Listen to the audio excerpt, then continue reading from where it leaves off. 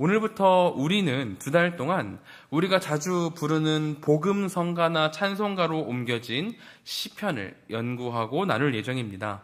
아까 부르셨듯이 제가 오늘 선택한 시편은 시편 40편인데요. 이 시편 40편도 여러 가지 음률이 붙어서 우리에게 소개되었습니다. 시편은 매우 특별한 성경입니다. 구약 성경 가운데 율법서도 있고 역사서도 있고 예언서도 있는데 그런 것과는 달리 뚜렷이 구별되는 독특한 위치를 차지하고 있는 게 시편이에요. 다른 주제의 성경들이 하나님의 구원, 하나님의 행위, 말씀, 하나님의 뜻에 선포, 그런 것에 초점을 맞추고 있다면 시편은 하나님의 말씀과 행위에 대한 인간의 발견과 그에 대한 반응을 다양한 시적 장르와 기법으로 표현하고 있습니다. 하나님의 임재에 대한 인간의 모든 감정과 체험을 담아서 운문으로 만들어낸 것이 바로 시편이라는 거죠. 위대한 신학자 존 칼빈은 시편을 성경 전체에서 가장 독특하고 탁월한 책으로 평가했습니다. 그래서 그는 시편을 뭐라고 불렀냐면은 영혼의 해부학이라고 불렀어요. 인간이 경험할 수 있는 모든 감정과 내면의 상태가 시편의 거울처럼 비춰지고 있다라고 말을 하면서 영혼의 해부학이다라고 표현을 했던 거죠. 그래서 그는 시편을 매우 강조했고 그가 목회하던 교회에서는 시편 150편 모든 것에다가 멜로디를 붙여서 시편 찬송을 부르곤 했다라고 합니다. 이처럼 시편은 신학적으로나 신앙적으로나 매우 중요한 위치를 가지고 있습니다. 우리가 시편을 마음에 담고 함께 나누고 노래한다면 그 어느 것보다 아름다운 찬양이 되고 경배가 될 것입니다. 6월, 7월 이 2달간 함께 수요 예배 동안 귀한 찬송의 고백, 시편을 통한 귀한 찬송의 고백을 우리 모든 명문 가족들이 함께 올려드리기를 진심으로 소망합니다. 네, 다시 본문으로 돌아왔어요. 여러분 혹시 영화 중에서 극한 직업이라는 영화를 보신 적 있나요? 이 영화가 2019년에 개봉을 했는데 그때 얼마나 재미있다고 소문이 났던지 자그만치 1,600만 명이 이 영화를 봤다고 합니다. 한국 영화 흥행순위 역대 2위가 될 정도로 2위에 달하는 엄청난 영화인데요. 저도 이 영화를 봤습니다. 이 영화를 봤는데 원래는 처음에 볼까 말까 시큰둥하게 있다가 우연히 이 영화의 예고편을 봤거든요. 근데 그 예고편에 나온 한 장면이 괜히 혼자 엄청 웃겨서 저 혼자 괜히 웃겨가지고 이 영화를 본 기억이 있습니다. 한번 영상으로 한번 보도록 하겠습니다. 아니 우리 집 닭이 맛이 없는 것도 아니고 그냥 결론은 닭하고 나하고는 안 맞는 거야. 그래요. 튀길 만큼 튀겼어. 그만해. 그래 그만 튀기고 나 이제 식물 나무 이런 거 해야 되겠어. 여기다 좀. 나 정말 왜 이러지? 우리 분사장님 며칠만 좀 말미를 달라니까 그러네. 아유. 여기 우리가 인수한다니까. 인수는 무슨 내가 아무리 가게를 싸게 내놨다고 그래도 싹 다 백수들아니요. 백수라뇨? 저희 백수 아닙니다. 저희 엄연한 형. 형? 형제예요. 뭐라는겨? 네, 맞아요. 네. 이 둘이 형제고, 이 둘이 부부입니다. 이렇게? 네. 온 가족이 다 마음 잡고 장사 한번 해보겠다는데 한번 도와주시죠. 아니 그러면은 뭐 계약금이라도 들고 와서 이렇게 뭐 말을 이렇게 하든가 해야지. 이렇게 떼쓴다고 이게 돼?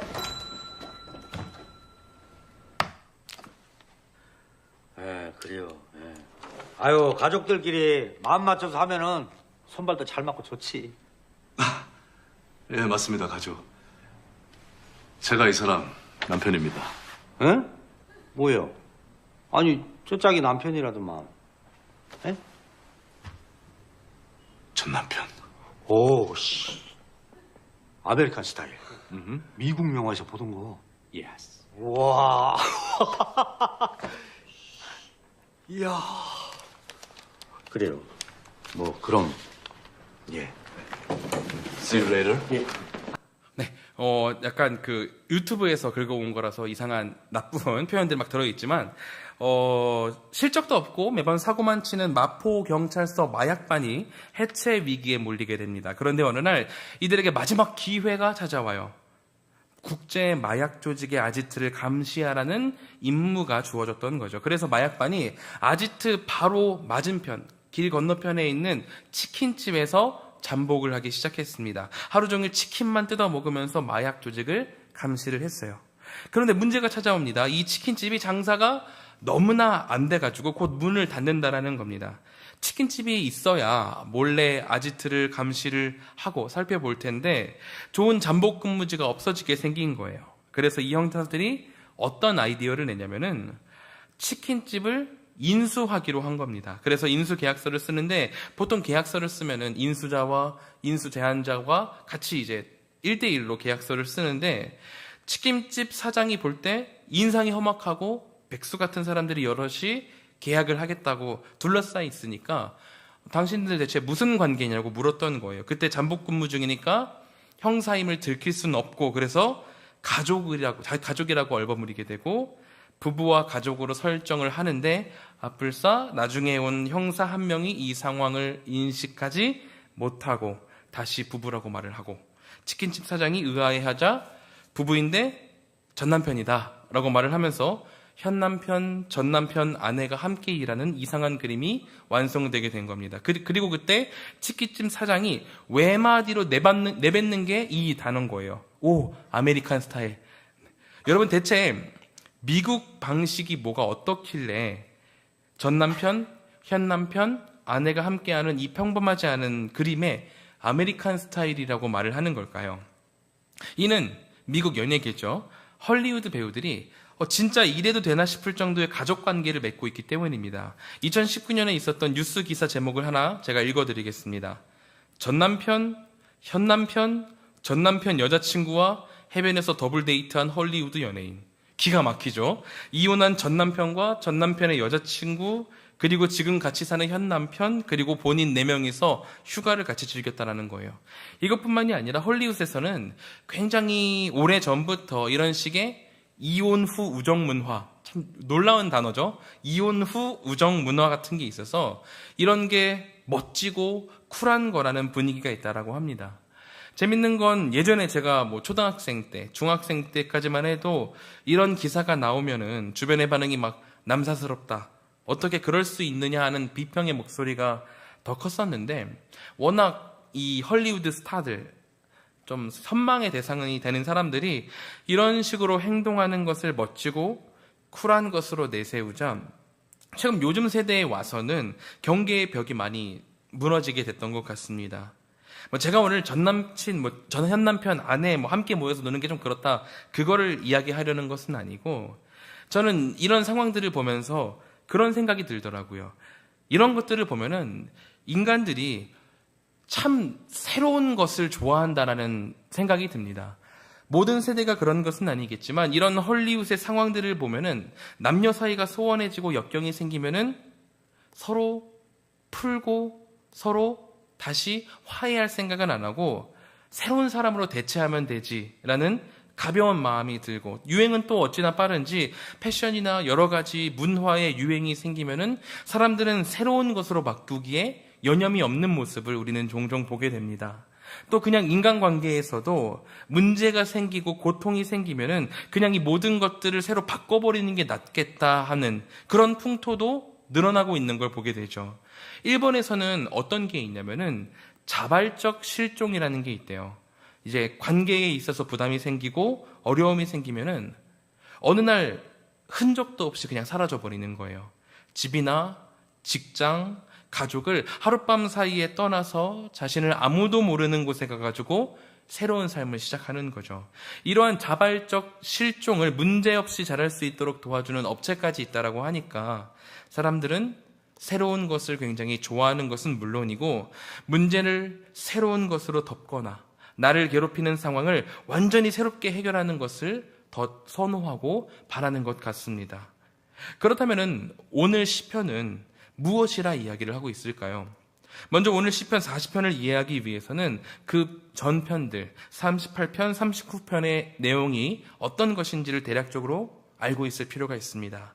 시편 38편, 39편에서 이 두 시편을 다윗이 썼었거든요. 다윗이 죄의 위기 속에서 그리고 공공연히 자신을 노리면서 죽이려 드는 악의에 파묻혀가지고 울부짖으며 하나님께 나를 살려달라고 나를 도와주시옵소서라고 간구하고 그것을 기다리고 있다라는 것을 보게 됩니다. 자신을 파하려는 악의적인 힘들은 나를 계속해서 옥죄어 오는데 그것을 보러 온 구경꾼들은 늘어나서 나를 조롱하고 하나님의 손길은 작동 안 하는 것 같은 절망적인 상황에서 울부짖고 있는 게 시편 38편, 39편의 내용입니다. 그런데 그런 암울한 상황 속에서 무슨 일이 일어나는 거냐면은 시편 40편 1, 2절에 이런 일이 일어나는 거예요. 내가 여호와를 기다리고 기다렸더니 귀를 기울이사 나의 부르짖음을 들으셨도다. 나를 기가 막힐 웅덩이와 수렁에서 끌어내시고 내 발을 반석 위에 두사 내 걸음을 견고하게 하셨도다.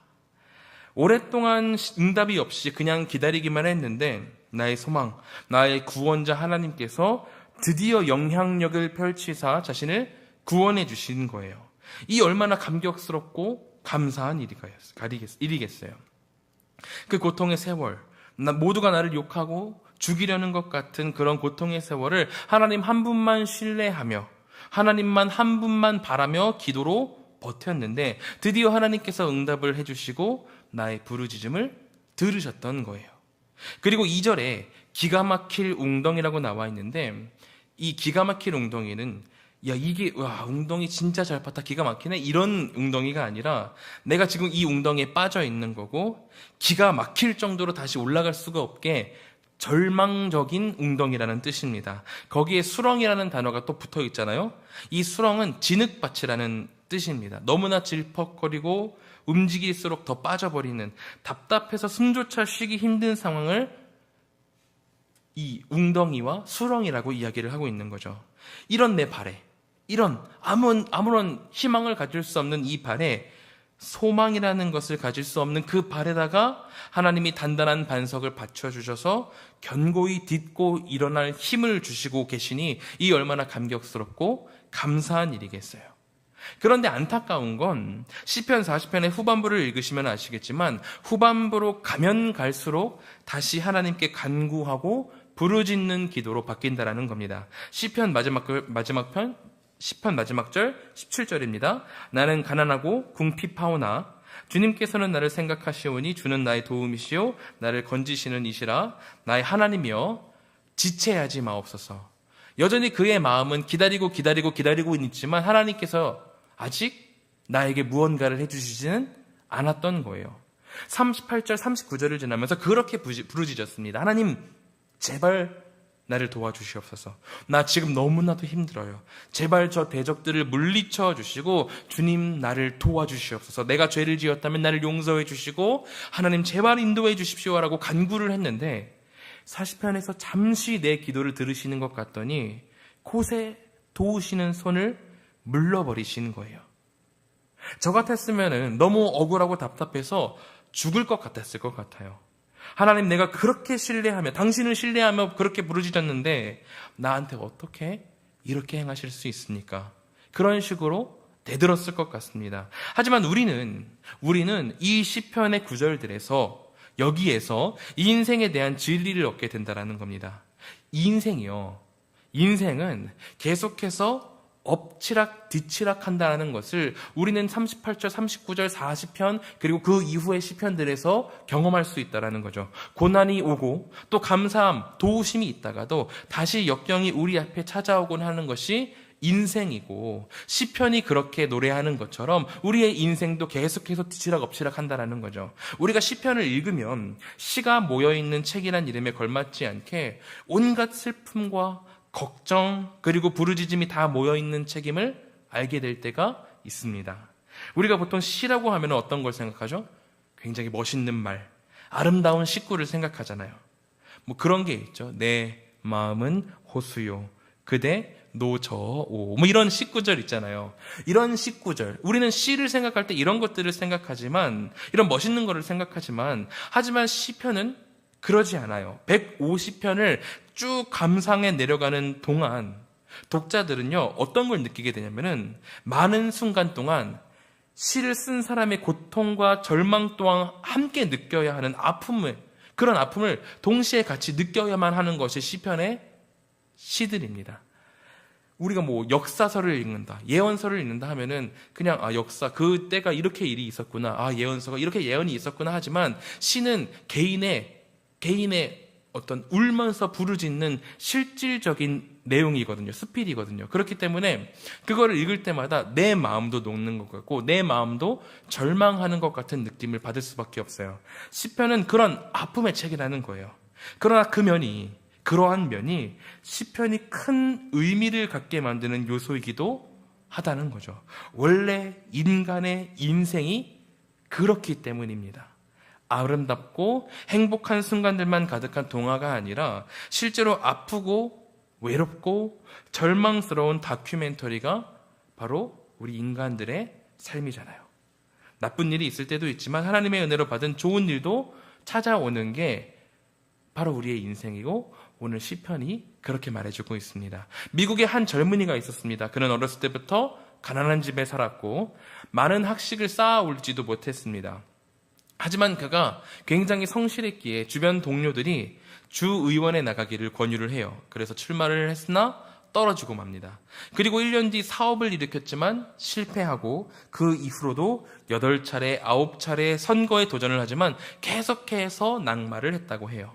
하지만 그의 도전 정신과 노력은 사람들을 감동시켰고 1860년 대통령 선거에 나가서 결국 미국의 대통령이 되고 좋은 정치를 해서 많은 사람들의 귀감을 샀습니다. 이 사람이 바로 너무나 잘 알려진 에이브러햄 링컨의 이야기예요. 다윗은 또 어떻습니까? 왕에게 미유 없이 미움을 받고 수없이 많은 죽을 위기를 겪어야만 했습니다. 변변한 세력도 꾸릴 수가 없어가지고 억울하고 빚진 자들을 모아서 겨우겨우 변변찮은 세력을 모을 수밖에 없었습니다. 어느 때는 치욕스럽게도 자신이 가장 증오하는 나라에 투항을 해가지고 죽지 않으려고 침을 흘리며 미친 척을 했어야만 했어요. 그렇지만 그럼에도 불구하고 하나님의 도우심으로 이스라엘의 왕이 되고 위대한 사람이라는 평가를 받잖아요. 저도 굴곡 있는 인생을 살아왔고 여기 있는 신앙의 선배님들, 인생의 선배님들도 모두가 주름살 하나 없는 인생을 살아오진 않으셨을 겁니다. 바로 그런 것이 인생이라는 거죠. 오늘 시편 40편 화자는 그런 굴곡진 인생을 살아가는 그런 인생을 가져야만 하는 우리에게 그 인생을 버티며 살아갈 수 있는 가장 좋은 무기를 소개하고 있습니다. 아까 함께 읽었죠. 시편 40편 1절에 나온 기다림이라는 거예요. 내가 여호와를 기다렸더니 귀를 기울이사 나의 부르짖음을 들으셨도다. 시편 150편이나 되는 시편 내에서 기다림이라는 것은 아주 중요한 주제로 다뤄지곤 합니다. 여러 수많은 시인들의 기다림은 간절하고 끈질기죠. 시편 130편 6편에는 이런 식구가 있습니다. 파수꾼이 아침을 기다림보다 내 영혼이 주를 더 기다리나니 참으로 파수꾼이 아침을 기다림보다 더하도다. 시편의 많은 시인들은 기다림을 이야기합니다. 왜냐하면 그것은 우리 그리스도인들에게, 하나님을 믿는 사람들에게 주어진 가장 큰 특권이기 때문이에요. 우리 하나님은 위대하시기에, 그 하나님께서는 못하실 일이 없으시기에 그저 주님께서 이 상황을 지켜보고 계신 것은 주님의 타이밍, 주님의 적절한 때, 그 때를 주님이 준비하고 계시기 때문에 주님을 신뢰하면서 하나님의 때를 주님의 동역자로서 능동적으로 기다리고 인내하는 것, 그것이 바로 우리 그리스도인들, 하나님을 믿는 사람들이 할 수 있는 가장 능동적인 일이라는 거예요. 그리고 오늘 이 시편의 기자는 이 인생의 진리를 알았고 때로 삶의 어려움도 있었지만 기다리면 주님께서 은혜를 부어주시고 또 어려움이 찾아오더라도 기다리면 승리하실 것을 믿으며 이 모든 것들을 베푸신 주님께 무언가를 드리며 반응을 하고 있어요. 시편 1, 2절을 통해 기다려서 받았더니 이것을 통해서 이것을 드리면서 하나님께 반응을 하고 있다는 거죠. 무엇을 드리며 반응을 하고 있냐면은 오늘의 본문 3절, 새 노래, 우리 하나님께 올릴 찬송을 내 입에 두셨으니 많은 사람이 보고 두려워하여 여호와를 의지하리로다. 나에게 구원을 베푸신 혹은 미래에 베푸실 주님을 신뢰하며 새 노래를 드리며 반응을 하고 있다는 겁니다.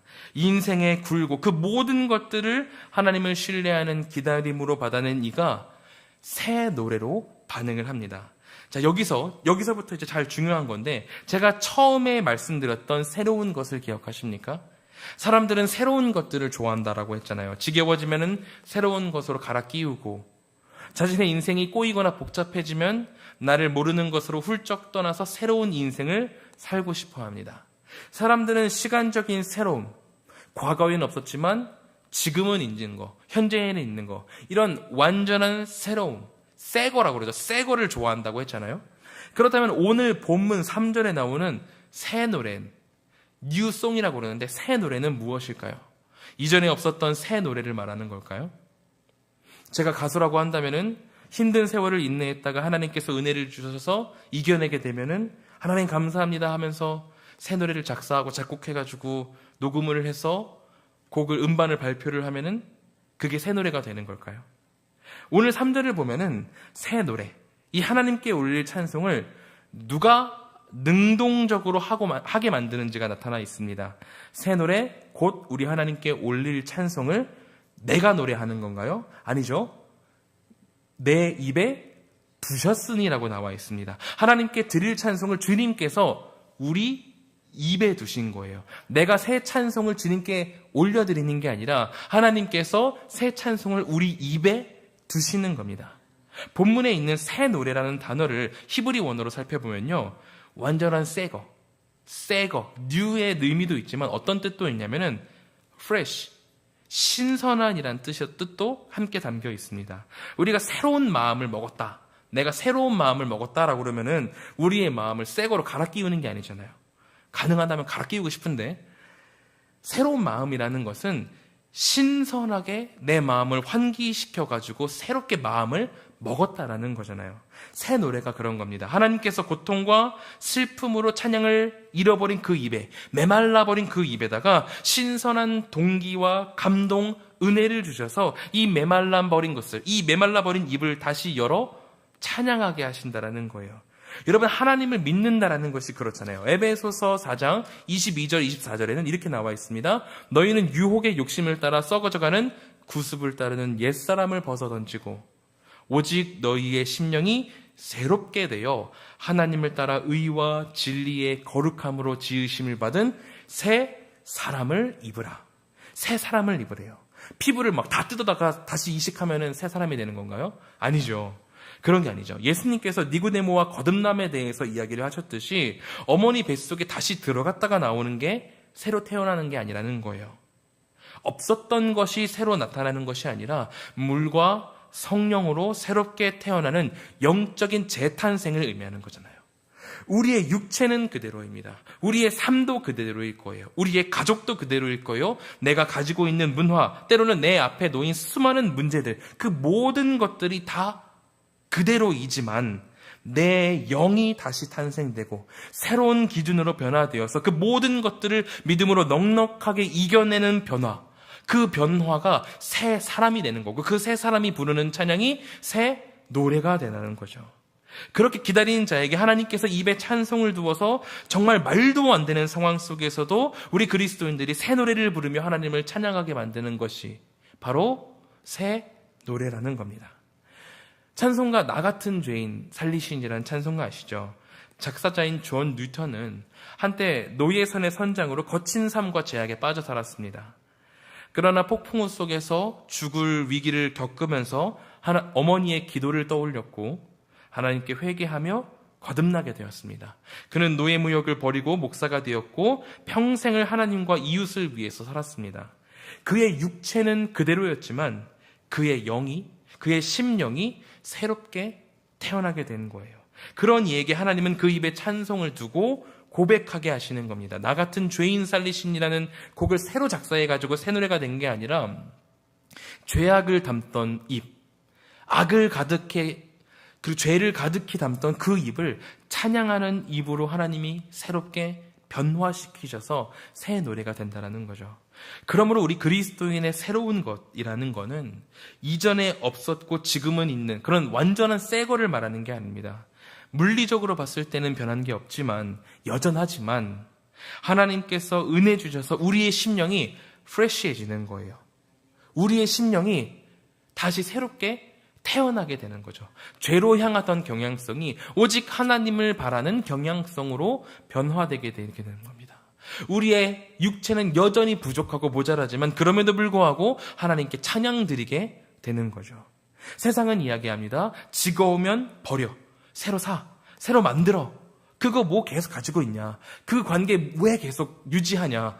그 인생 왜 계속 유지하냐? 이렇게 말을 합니다. 물론 새 물건을 사고 새 사람을 사귀고 새로운 인생을 사는 것도 중요합니다. 필요합니다. 하지만 모든 것들을 다 그런 식으로 살아갈 수는 없잖아요. 특히 믿음. 우리의 신앙은 그렇지 않다라는 거예요.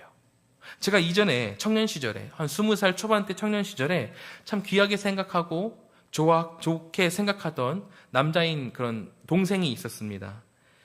그 친구가 많은 장점이 있어서 교회를 많이 세우기도 했지만 큰 단점 하나로 많이 관계들을 망쳤어요. 그 금사빠라고 아세요? 금방 사랑에 빠지는 년이라는 의미가 있는 금사빠인데 이 친구가 금사빠인 거예요. 그래서 한 자매를 보면은 좋아해 바로 그러고 또 거절당하면 다른 자매 보고 좋아해 막 이렇게 되는 금사빠였는데 이 관계의 문제 때문에 계속해서 문제가 생기고 어려움을 겪었습니다. 이 친구가 몇 년을 그렇게 관계에 문제가 생기니까 자신도 민망했는지 훌쩍 다른 교회로 떠나갔는데 제가 소식을 듣기로는 여전히 그 교회에서도 금사빠로 지내다가 소식이 끊겼습니다. 우리가 깊은 웅덩이와 수렁 가운데 빠져서 허우적거리고 있을 때 중요한 것은 하나님을 신뢰하고 기도로 인내하며 하나님의 사람으로서 그 고난의 시간을 버텨가는 겁니다. 변한 건 없지만 인내하여 응답을 받고 주님이 주신 신선한 심령, 새로운 심령으로 새로운 노래를 부를 줄 아는 사람이 될 때 거기서 진짜 문제가 해결이 되고 진정한 치유가 일어나게 되는 거지. 아예 환경을 바꿔버려가지고 새로운 곳에 간다고 하더라도 여전히 내 모습이 옛날 그대로라면, 여전히 내 모습이 금사빠 그대로라면 아까 말했던 그 친구 그대로 다른 교회에 가서도 그 문제를 여전히 겪고 문제가 생기게 된다는 거예요. 세상의 새로움은 회칠한 무덤일 뿐입니다. 예쁘게 꾸민 무덤일 뿐이에요. 아무리 예쁘게 꾸며봤자 뭐 하겠어요. 본질은 무덤인데 하나님께서는 연단하는 분이십니다.